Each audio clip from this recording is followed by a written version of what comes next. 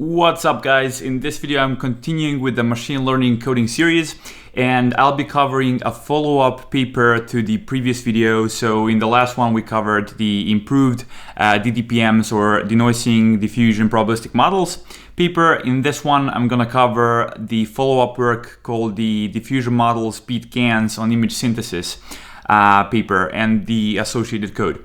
So the idea will be to, again, for me to give you a brief context, like 10-15 minute short overview of the most salient parts of the paper. And after that, we're gonna dig into the code and analyze two scripts. So one is this classifier train, and the other one is classifier sample. So basically I wanna focus on the guiding. So how do we guide diffusion using pre-trained noise classifiers? So you understand what that means in 10-15 minutes. In any case, what I've done is I cloned this repo, so the guided diffusion from OpenAI. They have like everything, all of the instructions you'll need. I had to do some modifications. Again, if I get enough votes down in the comments, I'll just push my changes. So I had to make minor changes to make this to work on my machine. In any case, you can basically download various checkpoints here and just follow the instructions they have in the README, which are super nice. And yeah, you should be ready to go. Without further ado, let's first start with the paper. Okay, so as I said, it's Diffusion Models Beat GANs on image synthesis. And two main innovations here are they improved the UNet architecture from their previous work, so from the improved DDPMs paper.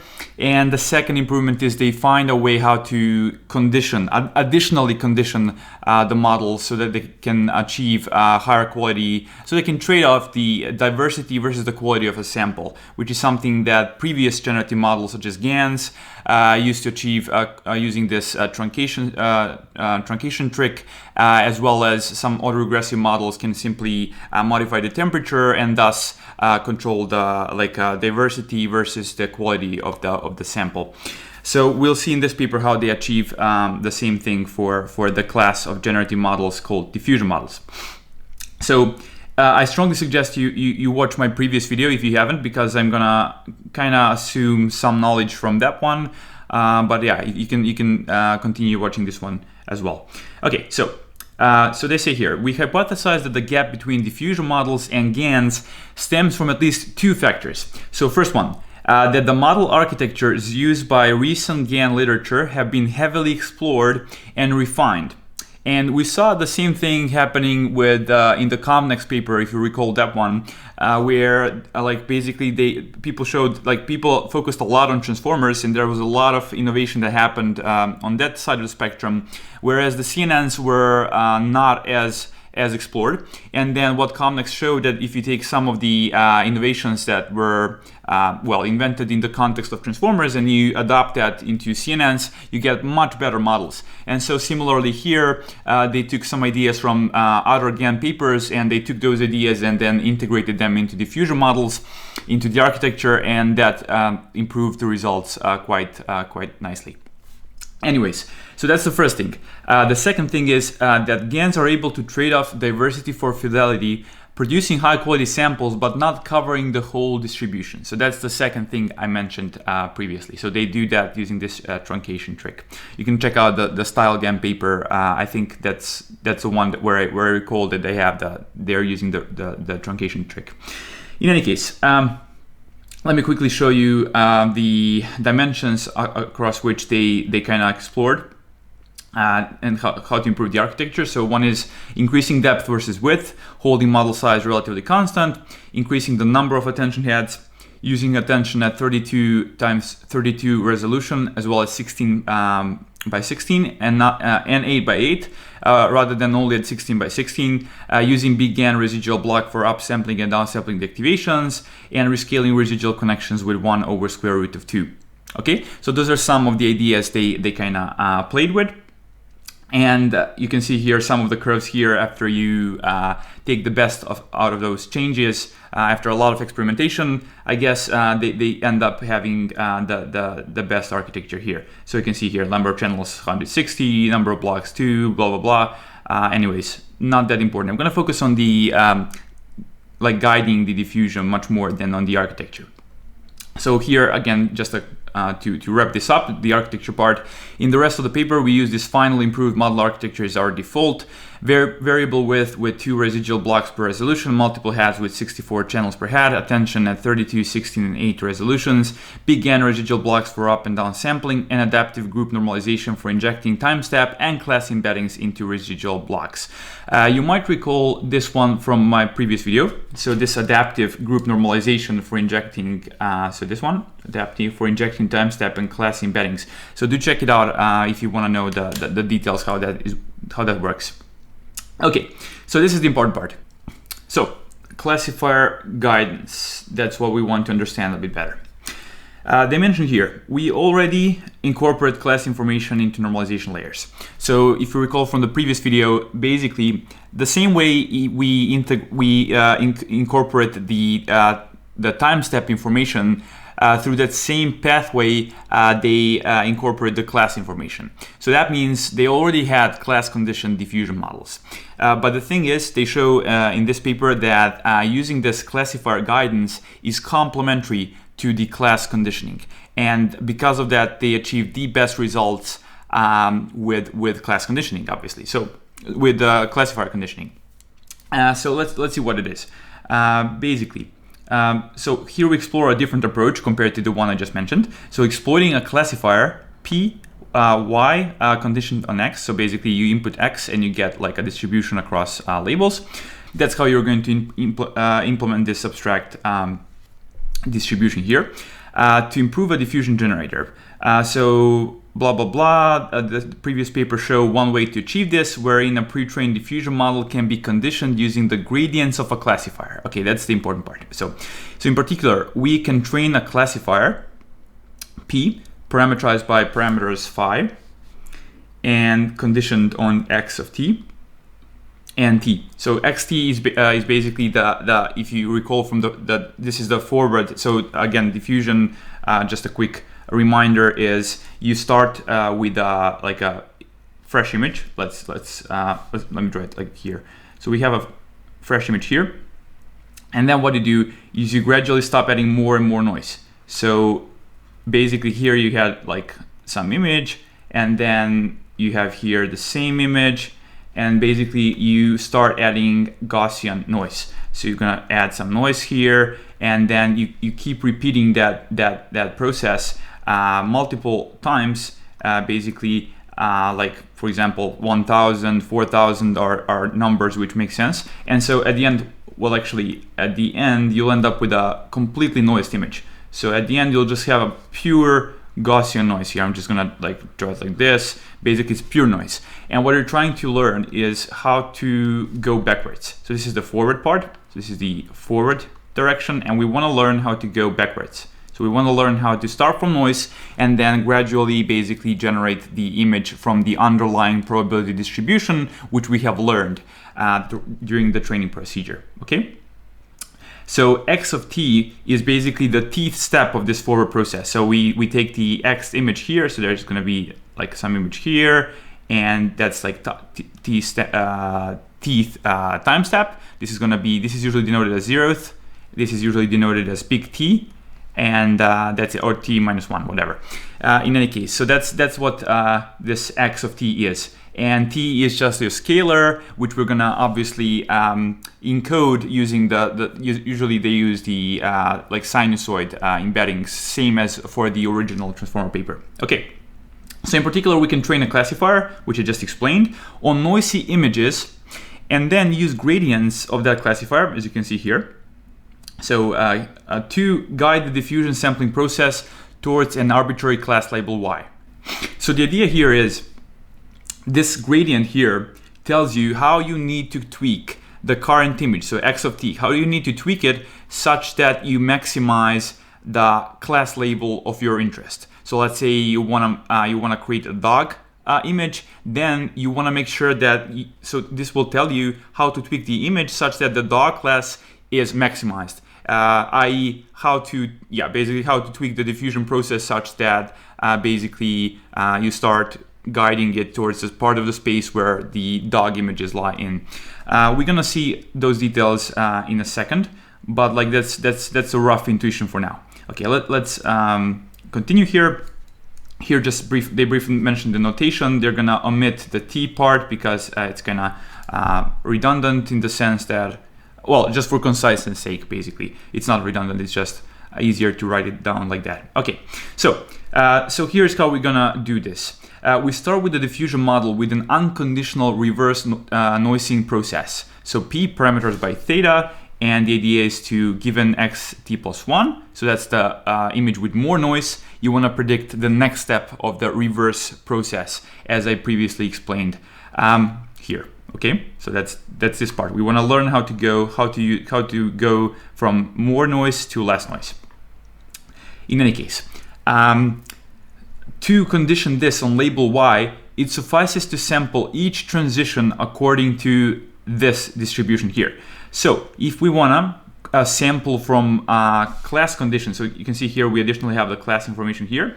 It can be shown, and they have a whole derivation in the appendix H. So if you wanna dig into the maths, you can go there. I'm gonna kind of assume this to be like true, like as an axiom, because otherwise it will take too much time for me to explain the maths.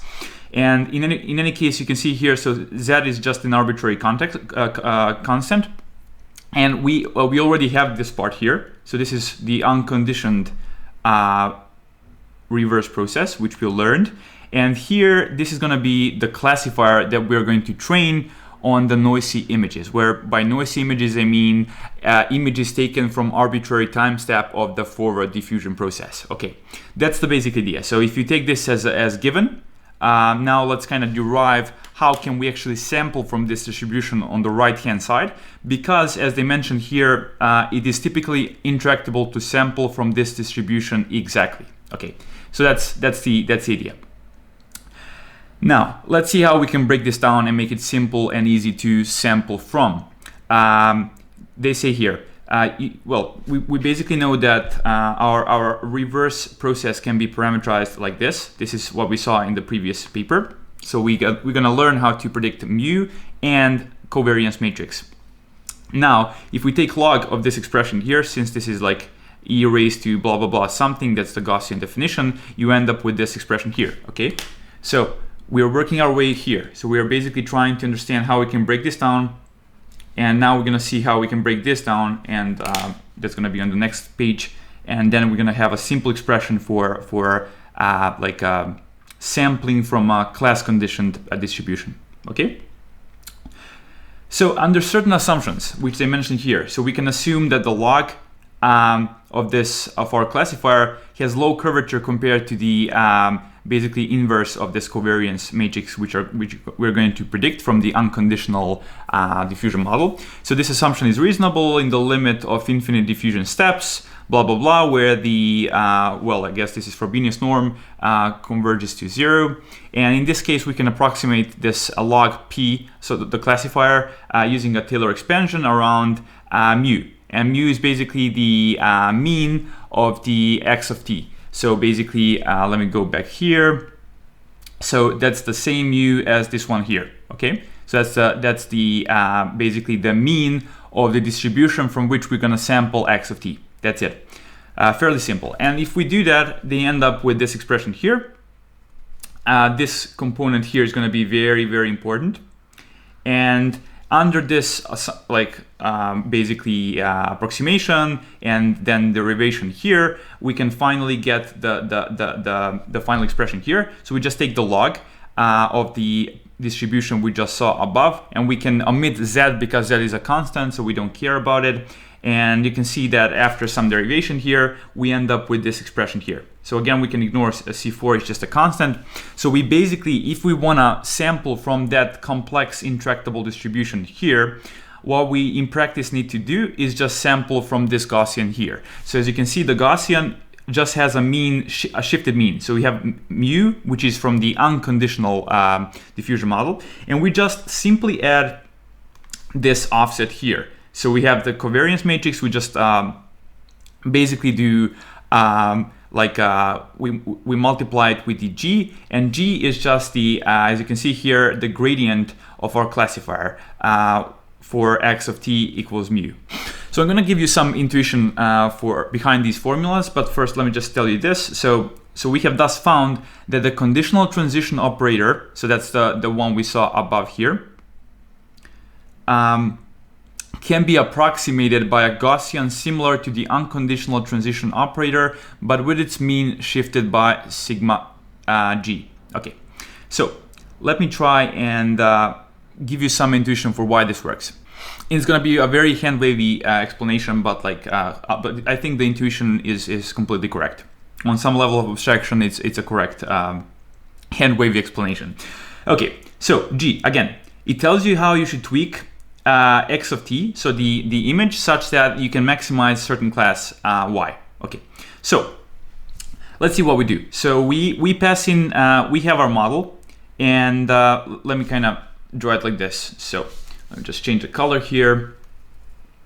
So we have an image that's xt plus 1. So that's the xt plus 1 image.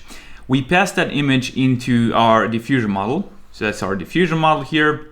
And out comes what? Out comes mu, and out comes this covariance matrix. And these two together basically parameterize the Gaussian distribution from which we would sample the next, so x of t. So from this distribution here, we sample x of t. Okay, so we can kind of visualize the Gaussian as just like a point in a multi-dimensional space. For the sake of explanation, I'm just gonna assume we're dealing with 3D space, but obviously this is gonna be much higher dimensionality. Mu is actually the same dimensionality as our image. So basically, it's gonna be h times w times 3. So that's the dimension of our image, and similarly for sigma. But just for the sake of understanding what's going on with this shift here, so the sigma g part, I'm gonna kind of assume a coordinate system like this, and like assume we have a Gaussian distribution. The mean is here, so this is the mu, okay? And we basically have some variance. So under normal circumstances, if we just have like an unconditional diffusion model, we would basically sample a point from this distribution, somewhere from this distribution. Like maybe this would be our next, this would be our x of t, okay? But because we additionally have this information coming from the classifier, what it does is the following. So now you take this mu here, let me change the color. Okay, so you take the mu and you pass that as an image to like our classifier. So we're gonna have something like this. So we have an image that's gonna be the same as this one here. So that's gonna be mu. We pass that inside of our classifier. This is our classifier.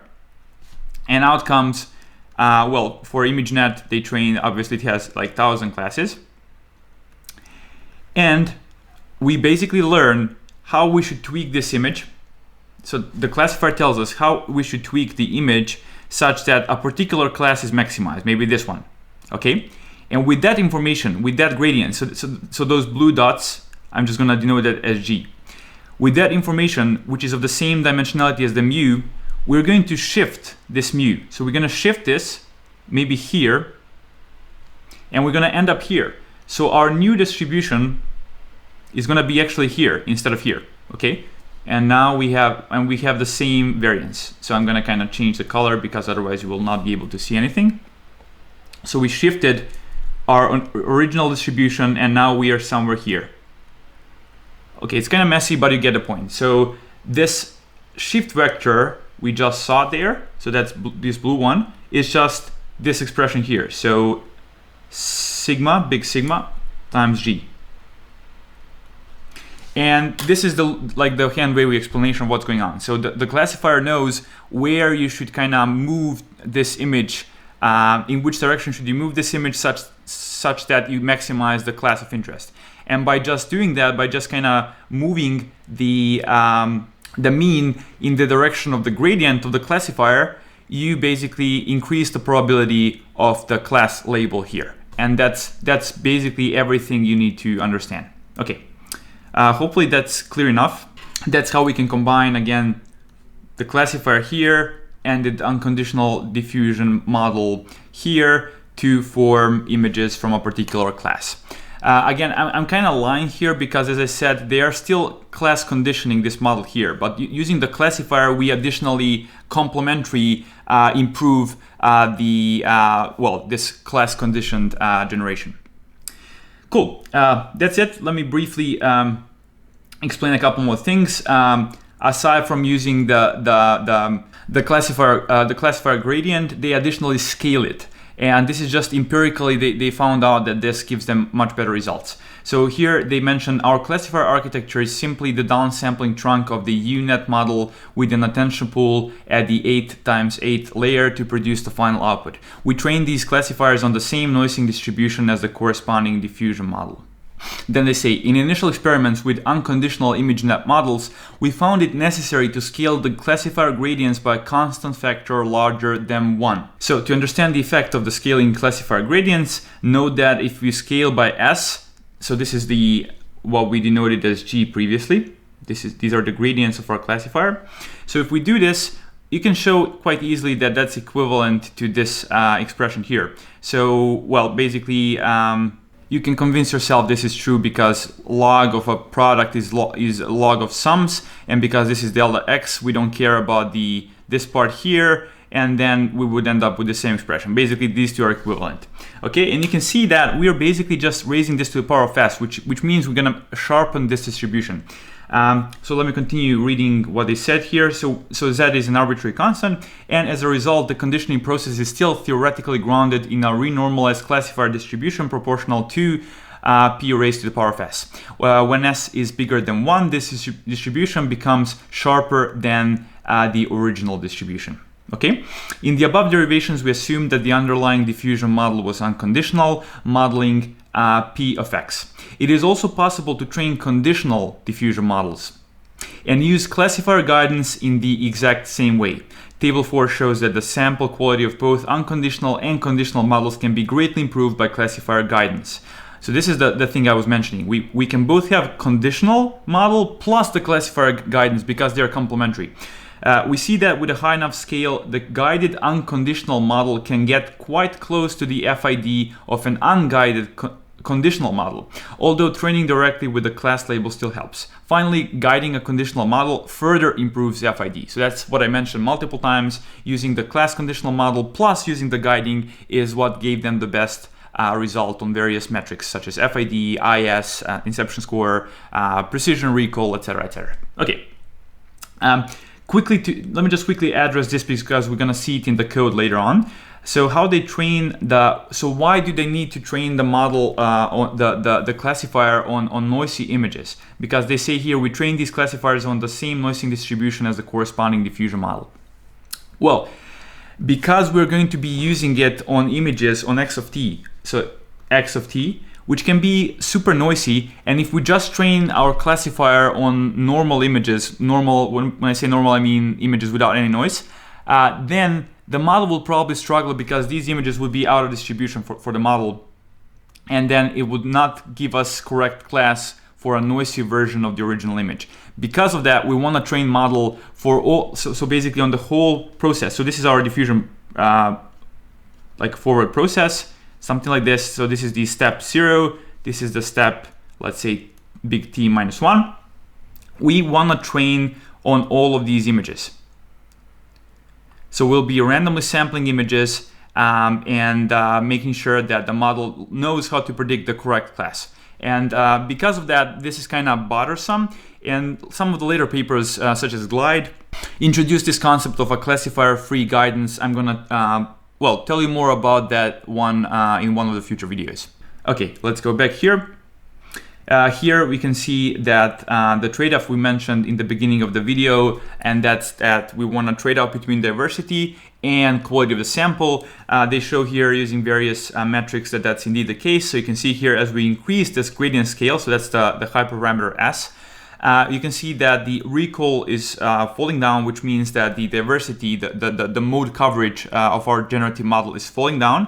But the precision, which basically, it's a proxy for the image quality, goes up. And you can see similarly here, IS goes up, which means that the image quality is increasing, and FID is also going up, which means that the diversity is basically diminishing. Okay, that's pretty much it. I'm gonna skip all of this, and I'm just gonna briefly mention a couple of sentences here, and then we're gonna jump into the code. Our proposed classifier guidance technique is currently limited to labeled datasets, so keep that in mind. We do have to train it on labeled images. But the effectiveness of classifier guidance demonstrates that we can obtain powerful generative models from the gradients of a classification function. This could be used to condition pre-trained models in a plethora of ways. For example, by conditioning an image generator with a text caption using a noisy version of clip. And because of this sentence, after reading this paper, you could have assumed that OpenAI would start working on something like Glide or DALL-E models, and they did indeed. And finally, it also suggests that large unlabeled datasets could be leveraged in the future to pre-train powerful diffusion models that can later be improved by using a classifier with desirable properties. Okay, again, you could have, if you read this paper, you could have anticipated OpenAI is going to try and just scale up diffusion models, such as what they've done with DALL-E. And when I say DALL-E, I basically mean DALL-E 2, because DALL-E 1 didn't even use diffusion models. Okay, let's jump to the code now. I did expect this paper overview part to be a bit shorter, but like, do let me know whether you find this type of combination useful or not. Just feel free to comment down below what you think about this format.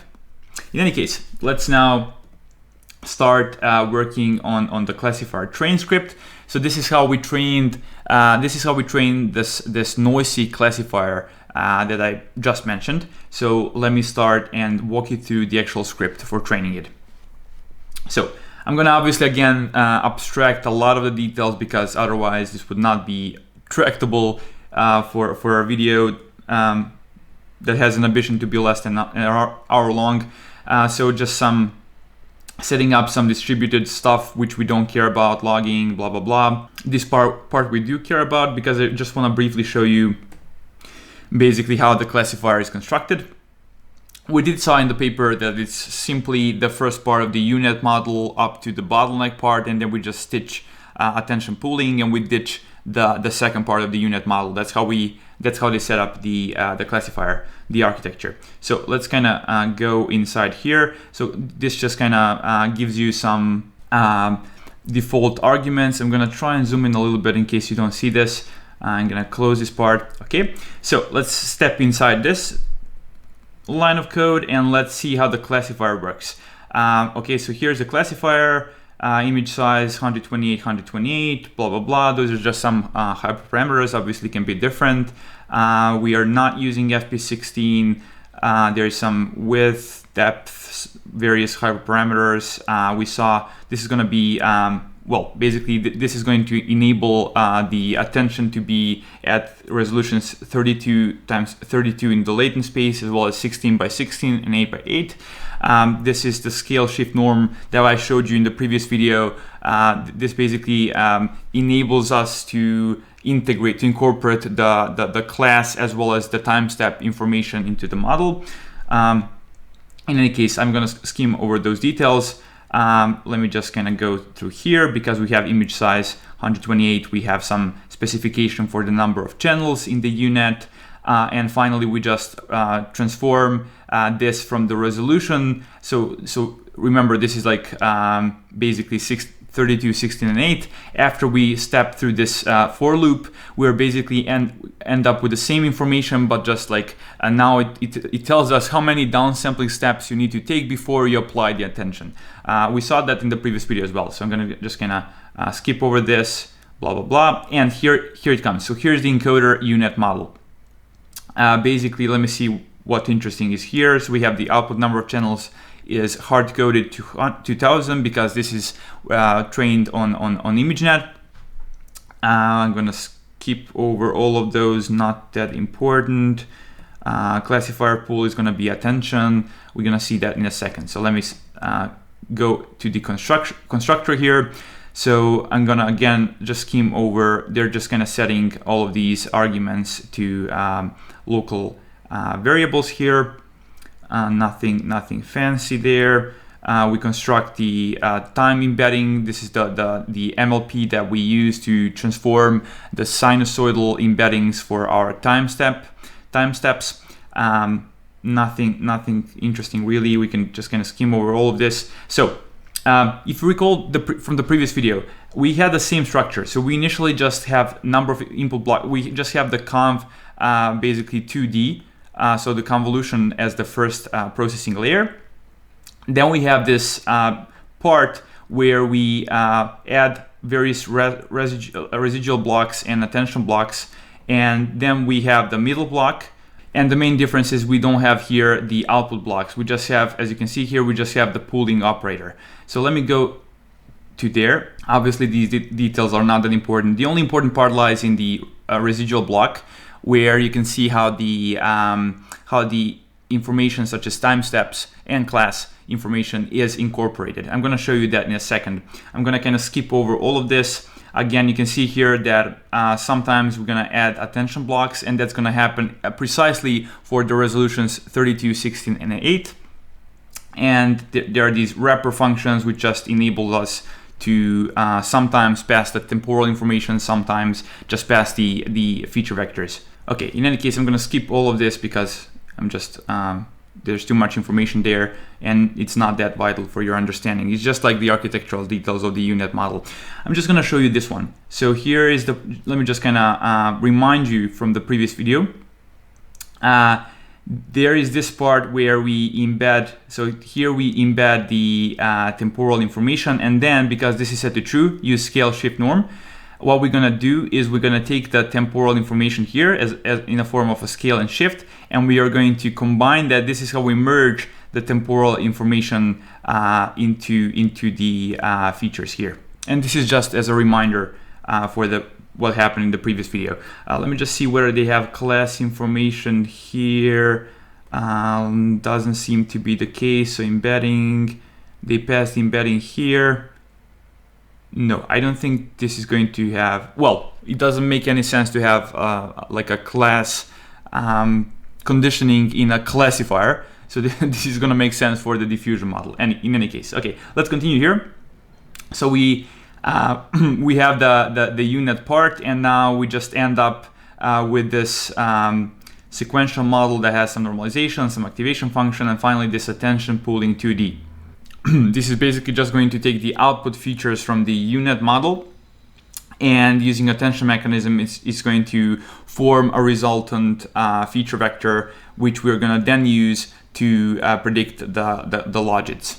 And you can see that the output channels here is 1000. So it's going to give us a 1000 dimensional vector, which is going to be just the logits that come out of this classifier. And that's it, guys.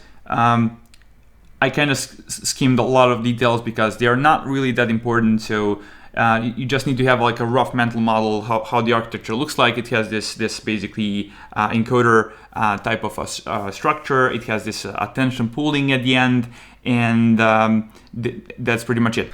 Okay, so I skipped the Gaussian diffusion model here because we saw that in the previous video. I just want to focus on the differences compared to the previous video. So here we just shift the model onto the GPU. We create the uniform sampler here. So this one is just going to help us sample from the forward process. We're just going to pick the random time step using the uniform distribution. Obviously, you can kind of bias this and form various different distributions. One of those, which I showed you in the previous video, was depending on the loss. You're going to focus more on those time steps where we have higher loss, which makes sense intuitively. Okay, so we can skip over all of these parts. We don't want to resume from the checkpoint. We just have some mixed precision trainer wrapper here. We don't care about that part. We have the distributed data parallel object that's for distributed training, but we don't care about that either.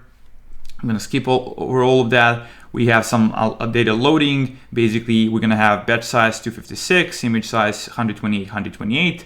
We have the data directory, which I downloaded before the video started, and that's it. We just create the training and validation data sets. I'm not gonna dig into the actual details of how that works because that's just like a side thing. So logging, AdamW optimizer, we're not resuming from a checkpoint, blah, blah, blah. And here, this is going to be the main function to understand how the classifier is trained. So we have forward, backward, log. I've added a breakpoint to that function. We're going to step into it a bit later. So here we defined it. Now here we step for a number of iterations. Okay, so we're gonna do this for a number of steps, so as specified by the number of iterations there. I've just set it to 30 because I wanna have a short training here just for debugging purposes.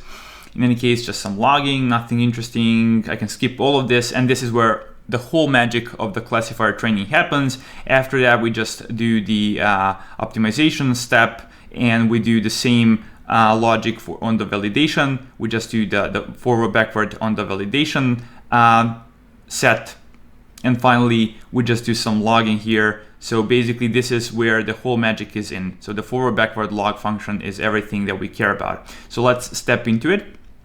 So we're first gonna grab like a batch of images and associated labels. Let me show you the shapes. As always, that's a very important thing to do. So let's see what batch looks like. So if I do batch shape, so we can see here batch shape. So we have 256 images, RGB images of resolution 128. We have the labels as well. So after I do this, so basically this extra here just contains this Y, and let's see the shape.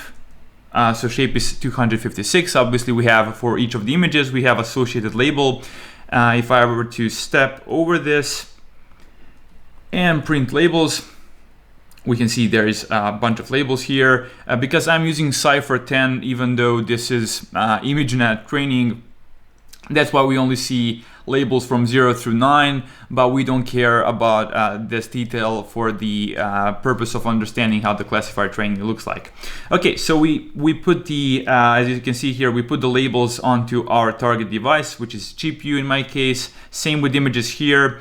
And now what we do is we take the uniform sampler and we just sample 256 time steps. That's it. So we now have, let's see, if I were to print T, you can see like it's a pile of numbers of the following length. Let me just print this. So we have 256 time steps for each of the images in the batch, and it's just randomly sampled between 0 and 999. After that, we just do the Q sample. So we take the image, we take the time step, and we just do the noising process. So we create from the X0 image, we create the XT image. I'm gonna quickly remind you, I showed you this in the previous video, so I'm gonna just quickly show you how this thing looks like.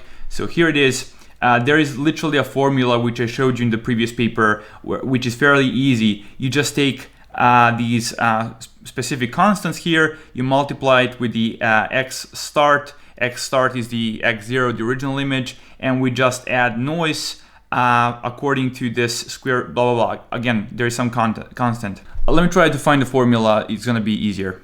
Okay guys, here is the formula from the previous video. So here is how we sample. So given X0, the original image, here's how we get X of T. We can just basically sample from this distribution here, or equivalently, we just compute this expression here. So you can see here we multiply by some constant, we multiply the X0 or X start as we saw in the code.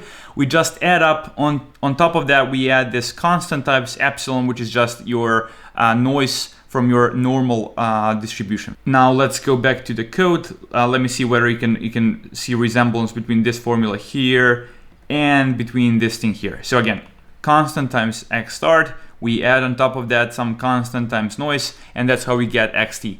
And that's it. That's why I'm gonna just skip over this function, and we now have a batch of noisy XT samples, and that's what we're gonna use to train our classifier on. And again, the reason we're doing this is because otherwise, if we didn't have these noisy images, if we just trained on the original images, then the classifier wouldn't be able to estimate the gradients correctly for an arbitrary noisy image. And that's why we want to train it on noisy images. Okay, so here now we just instead of training on the whole batch, this is just for memory optimization stuff, we're gonna kind of chunk the batch size, that's 256, into smaller batches, so-called micro batches. Okay, and here it is. And now we just pass, so we do a forward pass through our classifier. Again, the classifier is basically just a UNet model with, well, basically the first portion of the UNet model. And first of all, let me just show you the shapes here. I think it's gonna be 4. No, it's gonna be actually just 1. Okay, so the micro batch size is 1. So we basically pass just a single image through the classifier as an optimization thingy, and we pass in the corresponding basically time step. So again, if this is like 5, that means this is gonna be x5. And we pass that through the model and we get back the logits. Okay, let me step through there. And here we end up in the forward pass of our model. So that's the classifier, and we do the time step embedding, which is just gonna embed it into, like, using the sinusoidal embeddings, and then we just pass it through the MLP, and so we ultimately end up with something that's gonna be of shape 1, 5, 12. Yeah, okay. So, and then we just do forward pass through the input blocks, through the middle blocks, and finally we pass through the attention pooling layer, and that's it. Depending on the module, some of them are going to encode the temporal, the time step information into our features. Some of the other modules will not do that, such as the conv2d layer. But in any case, that's pretty much it. So I can now get back to the classifier training. We can skip all the way to the loss here. So let's skip over. And here we are. So we got some logits, and now basically we just do a cross entropy for the label we have, and that's it. That's our loss. We just do the cross entropy loss, which is basically just a standard classifier training loss. Okay, and now we just collect some information, such as the accuracy at 1, accuracy at 5. We do some logging, blah, blah, blah. We do the mean on top of the loss. And basically here, because we have micro batches, what they do is in the 0th micro batch, we just clear up the gradients, and then we keep on accumulating the gradients for each of the micro batches, and we don't do the update until we go through all of the micro batches inside of a single mini batch. And that's just, again, minor optimization detail, but we saw everything we need to know. Basically, the main thing is that we have this qsamp, we call this function here, which makes us train not on the original images, but instead we train on xt images, so noisy versions of the images. Okay, guys, that's it. Just for being detailed here, I want to show you the part with merging the temporal information. I want to show you that part here. So res block, I'm going to enter there, and I'm going to set a breakpoint inside of the forward function here, just so that I can show you how we merge the information from the embedding here. Okay, so I'm going to set a breakpoint here, and let's do another pass through another micro batch, and here we are. So we have the embedding, and we are going to hit the res block at one point of time, and here we are. So here is the part where we merge the temporal information. I want to show you this once more. Again, it's fairly simple. We just do some additional processing. So let's see what these emb layers are. So again, it's just like a basically a linear layer and an activation function. Nothing fancy there. And we end up with embedding here of the shape 1 to 56. And now we just, as you can see here, we start adding dummy dimensions such that we can merge this temporal information into the image features. Okay, so we can see here, because this is set to true, we enter this branch here. We have some layers here, and we split them into two parts. The first part is the normalization layer, and then the rest. And you can see this out layer, I think it's just like a sequential. Yeah, you can see here how it's constructed. Not that important. So the important part is here, we take our embedding out, so this vector, and we split it into two parts. One is scale, one is shift. And I guess it's gonna be 128 is gonna be the shape here. So 128, and we added the dummy dimensions. And so now, if we do this, we're gonna have some broadcasting going on, and we are gonna merge them with the image features. And this image features are gonna be of shape, as you can see here, 128, 128, 128. And that's it, guys. I'm gonna briefly show you how this looks like inside of my OneNote. So again, fairly simple thing. we have something that came out of the so we have a volume that came out of the UNet model. That's going to look like something like this. So here is our volume. So those are the image features from the latent space of our encoder.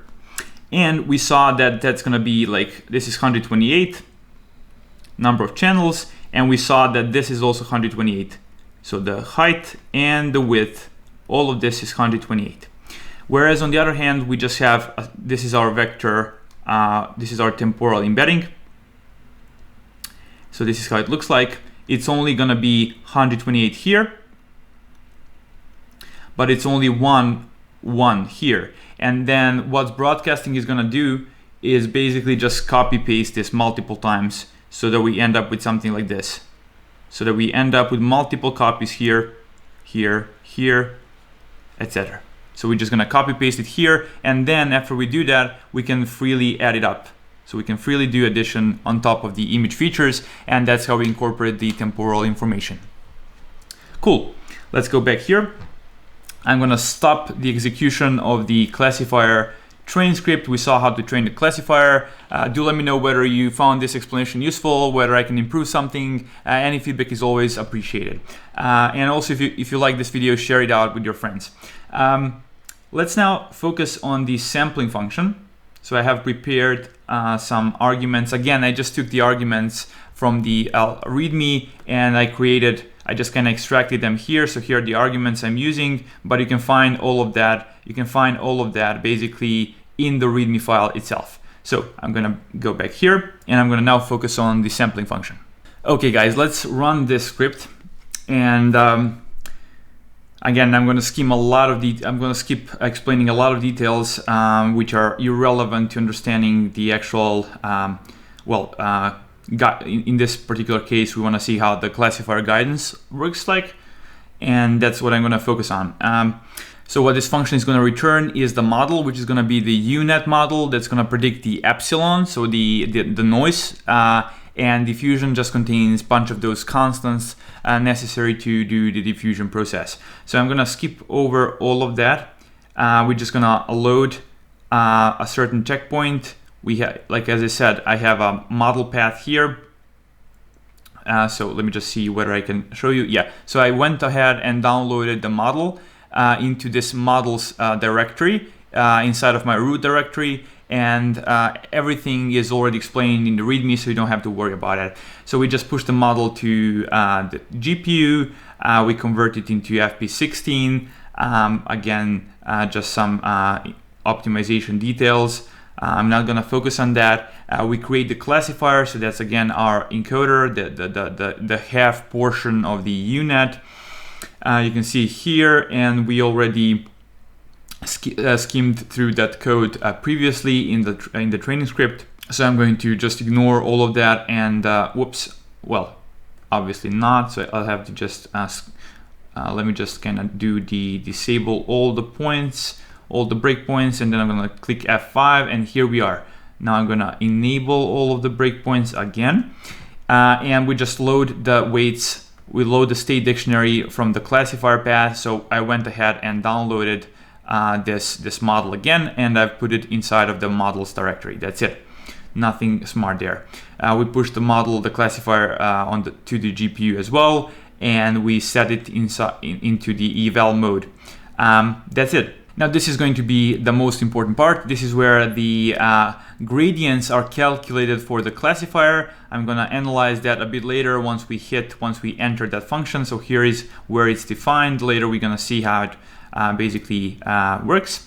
So that's it. We just defined this function as well, the model function, and now we're gonna do a bunch of iterations until we create the number of samples that we can specify. And you can see here I specified 100, but that's just arbitrary numbers, so not that important. Okay, so we create random classes, and depending on the batch size, we'll have like 4 random classes being generated here. So let me show you what those are. If I go to debug console, if I print that, we can see we have 4 random classes, and I don't know directly what these correspond to, but like let's say these are just classes 33, 918, etc., etc. Okay, we don't care about the actual semantics behind the numbers. We are going to store the class information inside of this model like keyword arguments dictionary. So I'm gonna go there. And because we're not using this DDIM, again, DDIM is just like this optimization, like this sampling method whereby if you have less than 50 diffusion steps, they showed in that paper that they achieve better results compared to the original DDPM paper. So only in the mode where you only sample for less than 50 steps roughly, then DDIM makes sense. But here I think we have we set like 1,000 steps, so we're gonna use the P sample loop instead of the DDIM sample loop. I'm not gonna focus on the DDIM part because there is a lot of formulas. It's hard to explain the logic, but like on the high level, just treating it as a black box, when you would want to use it is when you have less than 50 diffusion steps. Okay, that's it. Here's where the whole magic happens. After that, there's just some normalization going on, permutation, blah, blah, blah, and we just collect the images here. And finally, yeah, basically just a bunch of boilerplate code. This is where the main logic is in. So we're gonna step inside of here. We basically specify here the target shape. So our images are gonna be 64 by 64. Later on, they have the upsampling modules, which we're also gonna ignore, but let's focus on this part here. Okay, so we pass in the model keyword arguments that have the class information. We pass these special functions, so the cont.fn, which we define here, is gonna calculate the gradients. We're gonna see how all of that comes into the play in a second. So here's the p sample loop. What it does is we're just gonna keep on generating samples. I'm just gonna directly jump inside of this function because everything else is just like basically boilerplate code. So here we generate the random noise image. Okay, so we have the desired shape, and the desired shape is, as you can see here, 4 because we have 4 images in the batch, and here we have the resolution of our target image. And we just generate, sample from a normal distribution here, and then we just generate indices. So depending on the number of time steps, so we have 250 here, we just generate these indices. And remember, that's because we're going to start from the completely noisy image, so from the index 249, and we're going to work our way all the way to 0, where we're going to end up with completely denoised images from our underlying data distribution, which we learned during the training. But this is now the sampling part. Okay, so indices, let's see what T is. It should be 249, as I said. And here is where the whole magic happens in this P sample step. So after 250 steps, we are gonna end up with our final image. And that's one of the drawbacks of current diffusion models. We need much more compute compared to, like, say, GANs, where you just need a single forward pass and you end up with a very realistic image, very crispy image. Here we have we need much more compute. Okay. So let's step inside of the p sample function, and the main function here is going to be this p mean variance. That's just basically our reverse process that we learned. After we calculate the out variable here, we're going to generate noise again. We're going to do the conditioning. I'm going to get here. So this is going to be an important part here. This is where we do the conditioning. This is where we do the where we shift the mean via the sigma times gradients expression, and then we just form the image here. Okay, so this is going to contain the x t minus 1 if we condition on the xt, or alternatively if we condition on xt plus 1, this is going to be xt. In any case, it's just like a single step closer to the final image. Okay, let's jump into the p mean variance. Here it is. This is what we calculate, as I said, our reverse process, and let's kind of quickly skim over this part. So I'm gonna set a breakpoint here. Here we are, we enter here, and now we're gonna pass what? We're gonna pass a couple of things. First, we're gonna pass the noise we just sampled. So that's gonna be, I guess, 4 images, right? So 4, 3, 64, 64. We're going to pass the time steps. So those are going to be the 249, 249, 249 for each image in the batch. And we're going to additionally pass the class information, because if you recall from the paper explanation, we are not only going to use classifier to guide, we are also going to use class information to condition the model. So those two do the same thing, but are kind of complementary. So don't be confused by that. Okay, let's step there. We hit the basically this model fn that we saw previously, and because class conditioning is set to true, we're going to pass x, so the noisy images, the time steps, and the conditioning information, all of that. Let's now quickly step into the UNet model, into the forward pass, and see how the class information is incorporated into with the image features. And hint, hint, it's literally the same thing as with the temporal information, pretty much. We're gonna see that in a second. So here it is, we have the time steps. We're gonna embed those. So sinusoidal embeddings, then some learned stuff here, and we end up with a vector that's of shape, I guess, let's see what it is. It's going to be 4768 because we're dealing with batches with 4 images. Okay, and now because we have the classes set here, the only thing we're going to do with our classes, so here are our classes. So we have 4 classes here. We're going to embed them using this label embed. Oh, I hate these warnings. I should have toggled them off. There is some config line that you can set to launch JSON if you don't want to see those. But yeah, I forgot to do that. So let's see what this label embed does. Okay, so you can see here it's just a simple embedding layer that's going to specify. It's going to have some number of dimensions for each of the classes. Nothing fancy there. You can literally treat that as let's see what it gives us basically. So if we do this and I do shape, yeah, you can see it's gonna transform our 4 scalars into 4 vectors of dimensionality 768. And then we're just gonna simply add that on top of the temporal embedding. And then everything else proceeds as usual. We're just gonna keep on incorporating that information, so both the class information as well as the temporal information, directly merge them with the image features using the logic I showed you with the scaling and the offset we saw in the res block. And that's it. I'm gonna skip over all of this. We don't care about that. And now let's continue on. So we are here and we ended up with the model outputs. If sigma is learned, this should be 4, 6, something, right? So 4, 6 because we predict the epsilon, so that's the noise, and we also predict the sigma, so that's the covariance.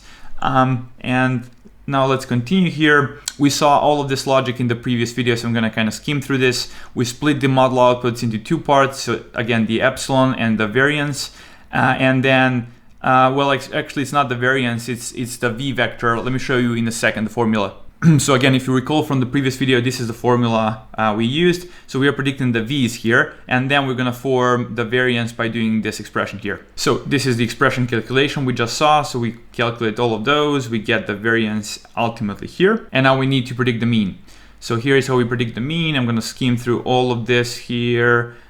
We just need to first predict the x start, so that's the x0, and then we use this posterior mean variance to get the model mean. So this is all of this is same as in the previous video pretty much. So we got the mean, we have the variance, and we finally return all of those variables. So the mean, variance, model log variance, etc., etc. By the way, let me just quickly show you what those are. So here are we in the OneNote explanation I showed you in the beginning of the video. So this is what we currently generated. We generated the these two. So we have the mean and we have the sigma. And now we need to do this shift part. So we need to do the shift part, and then we can sample our image. And that's it. Fairly simple. Okay, let me go back here. I'm going to return all of these variables. I'm going to return all of those. We sample from a normal distribution. We have this masking stuff going on. Because we have, if you recall, we have this discrepancy for t equals 0 time step versus all of the other steps. Things look a bit different, but like, I guess that's just a minor detail. Again, this is where the whole magic happens. This is where the shifting of the mean happens using the sigma, using the gradients of our classifier.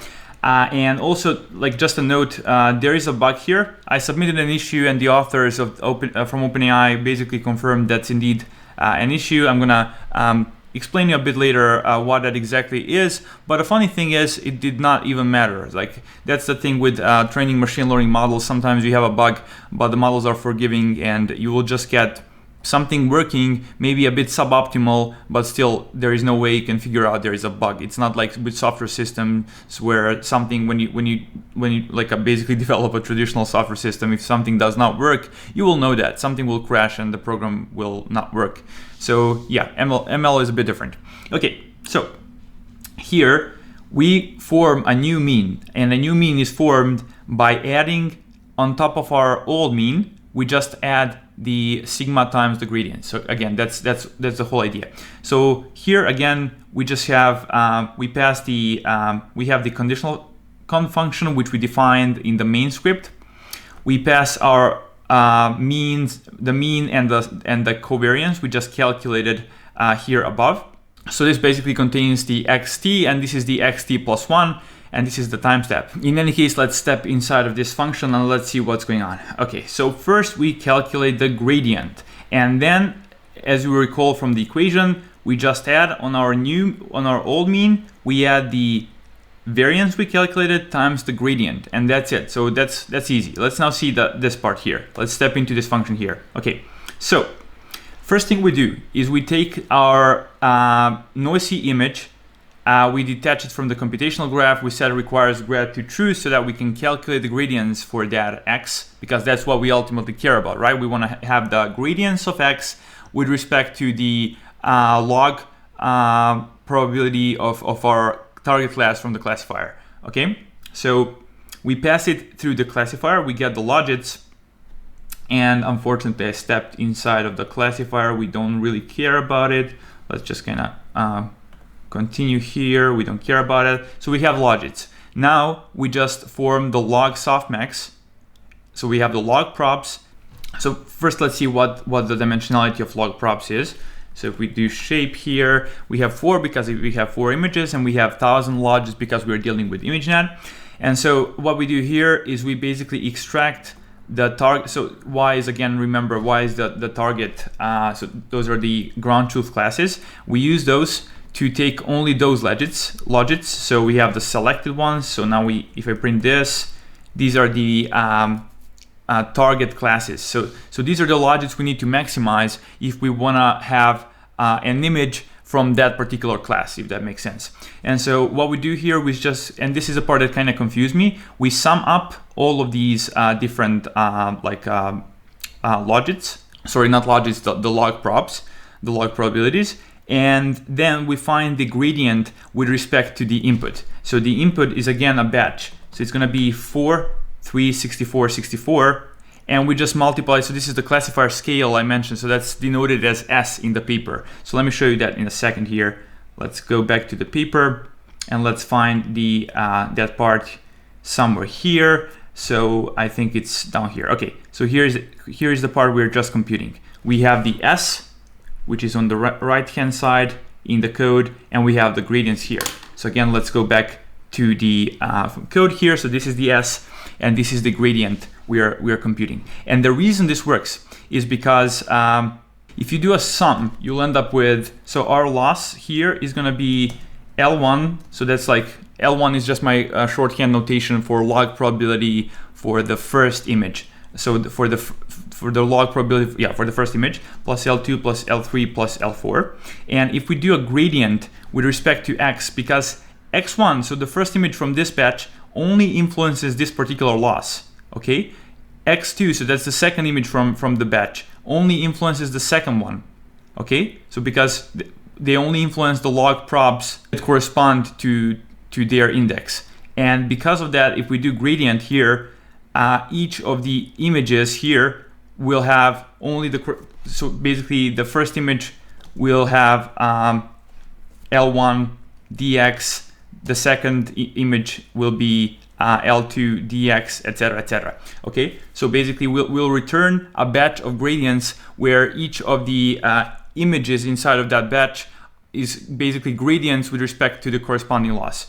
So if I go back here, we basically end up with a gradient here, and the gradient is going to be of the same shape as the images. So here 4, 3, 64, 64, and that's pretty much it. Okay, so now we just do the logic we saw in the paper, and guys, that's pretty much it.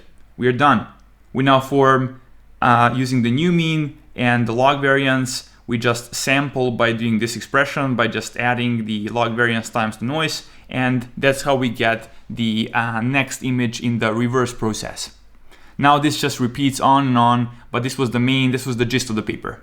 So where is the bug I mentioned? I'm gonna show you the issue in a second, but like basically what happens here is they passed x t plus 1 and t plus 1. So these are the, they should have passed the out mean instead of x t plus 1, because this is xt and this is xt plus 1. And so it might be a bit subtle. So let's try and see whether I can explain it. So as you can see here, they pass the xt plus 1. So if I go back here, you can see that then they call this conditional function with xt plus 1 and t plus 1. So we end up using xt plus 1, t plus 1 here. So that means that we pass xt plus 1, t plus 1 here, we get the logits. But if you recall from the actual paper, we do not need to, we need to condition on x. Let me just find the expression here, blah, blah, blah. So you can see here that we want a condition on xt and not on xt plus 1. Otherwise, the gradients we get here are again from the xt plus 1, not from the xt. And all of that kind of messes up the logic I just explained here. So mu is from xt, and we want to use that same mu and pass it inside of the classifier and not the previous image. And despite all of this, it's very subtle. I don't even know how I noticed it. I was fairly, I guess, pedantic stepping through this code. They get the same results pretty much. They didn't even notice it. They noticed it post hoc after the paper was published or something. I'm going to show you the issue in a second. So here is the issue I opened up, I think, a couple of days ago. So I think it's closed already. So bugs, blah, blah, blah. So here's my issue. So I created an issue here, as you can see here. I think I found 2 bugs. So the first one, we shouldn't we pass the out of mean, so the x of t instead of x of t plus 1 here.